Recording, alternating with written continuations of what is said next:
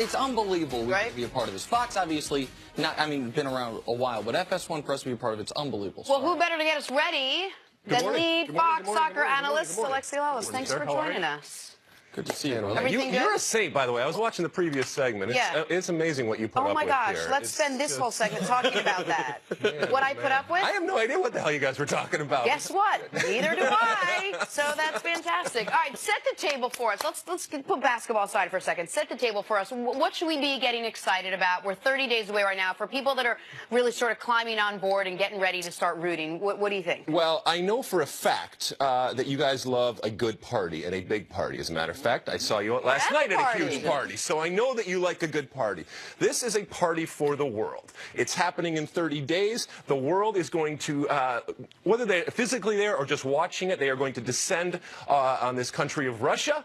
And everybody's going to celebrate and have a big party. And you want to be there. And whether you have a team in it or not, you are going to be drawn. You're going to be drawn by the individual players that we have, whether it's huge names like Messi and Ronaldo and Neymar, or whether it's just emerging stories like Iceland coming through or Egypt and these teams, and you will gravitate to whatever floats your boat. It could be the uniform. It could be how good-looking the players are. It could be the backstory, which we will be telling you about. It's basically March Madness, but with a soccer ball. Oh my God! Yeah, it's on. Yeah, March Madness. If it were like only every 4 years, and the entire world were into it. And listen, if you are a sports fan, even if the stakes are this high and the players are this good, it is captivating. Even if it's not your favorite, like your go-to sport. Like, I don't care if you love tennis. If you're watching Wimbledon final at its highest level, it's captivating.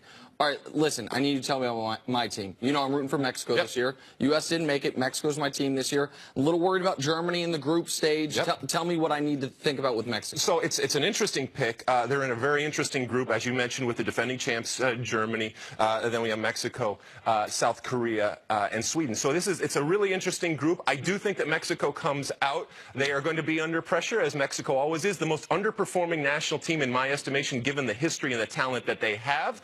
You got incredible players coming through, even players that you can see week in and week out here in Major League Soccer. The Dos Santos brothers from the Los Angeles Galaxy, Carlos Vela from LAFC. So there's the MLS side of it too. I'm not worried about them playing against a team like Germany, because I think they play up to the competition. I'm more worried when they are going into a game. Yeah, when they look at South Korea and say we're better than that.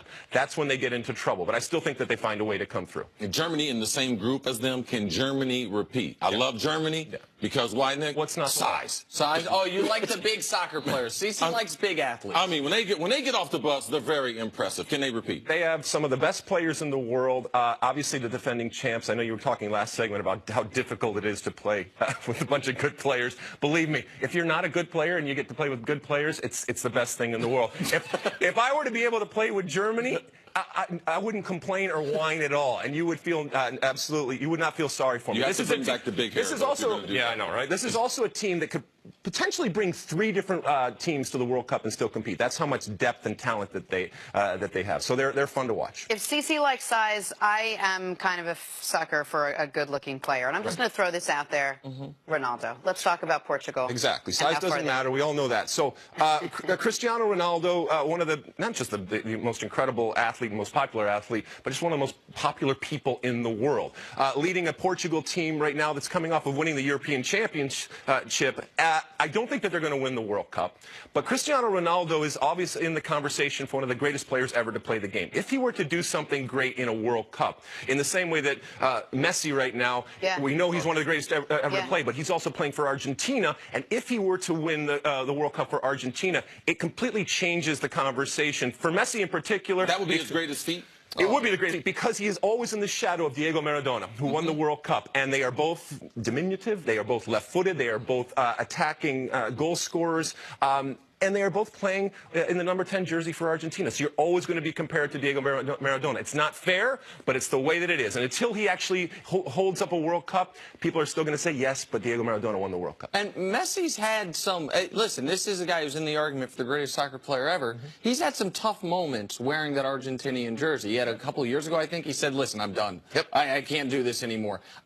How important for him legacy-wise, is a good tournament. Now, obviously, if he wins it, it's a different discussion, but that they advance to the group stage, that he plays well. You guys were mentioning earlier that, the pressure on athletes and the global aspect of this tournament, and the world is going to be watching. And he not only carries the burden and the pressure of Argentina and leading Argentina to the promised land, but as I said, this inevitable compare and contrast with Diego Maradona is going to happen, not just for Argentinians, but for people all over the world. It's incredible pressure. Look, I know our American athletes playing in our American leagues are under pressure, but this is the entire world looking at you, and then assessing you as to whether you're the greatest based on what you do in this month, this summer. There's no more pressure that comes from a country besides Brazil. One of the best in the world, a powerhouse at what they do, the way they play soccer, the artistic value to soccer, their best player being injured. Named to the squad yesterday, but how does Neymar and his injury affect Brazil going forward? Well, as we see in a lot of sports, what ends up happening is people talk about exhaustion and the amount of games, and whether it's the travel, the amount of games, and just the fatigue physically and mentally. So there's this interesting thing happening with Neymar, who has been injured over the last few months, and people are looking at it, maybe this silver lining, where he actually gets a break before the World Cup, because there's a lot of players that are just playing right through, and you know how difficult that is. And so does he come in refreshed and renewed, or does he come in rusty? That's what people are going to have to figure out. But either way, him and Brazil, we watch them because they win. They're the favorites every year. We watch them because they entertain us. Here's my conflict, Lexi. I was born in Jamaica. Okay. Jamaica's not in the World Cup. No, they're not. Okay, I knew that. And then my Stephanie is from London. I was going to root for England, and, which is great. But then I saw the uniform yesterday, and the logo was so small. So I need... So now size matters. Okay. So now I'm getting back to size. You see how I bring this full circle. As an American who's watching, if it's not Mexico, which a lot of Americans are rooting for Mexico, give us a team to root for. Give us a team to get behind, a team you think could go far that we could really throw our fans. First off, just the story-wise, we mentioned Iceland, a country of 338,000 folks, and they've managed not only to put together a team that's qualified for the World Cup, but one that people recognize can beat anybody in the world. They're not going to win the World Cup, but I think the story behind how they got there, I think the support that you're going to see, the unique support for Iceland, it's not just Icelandic folks, it is people all over that recognize and respect what they're doing. I think they're going to be a really fun story to watch. You mentioned England. Always there's this quiet confidence, and then as soon as the World Cup starts, they think, oh, we're winning, everything's going to be fine, and then they bomb out. Belgium, the perennial dark horse with incredible talent. Can they put that together? These are some of the teams. I thought you were going to say with incredible beer. I was like, okay. Well, yeah, of course. Belgium might be the answer to this. I'm not sure. All right, so with the Supreme Court saying we can gamble in this country now, tell me a team if you want big return on small investment. A dark horse candidate. Morocco. A team.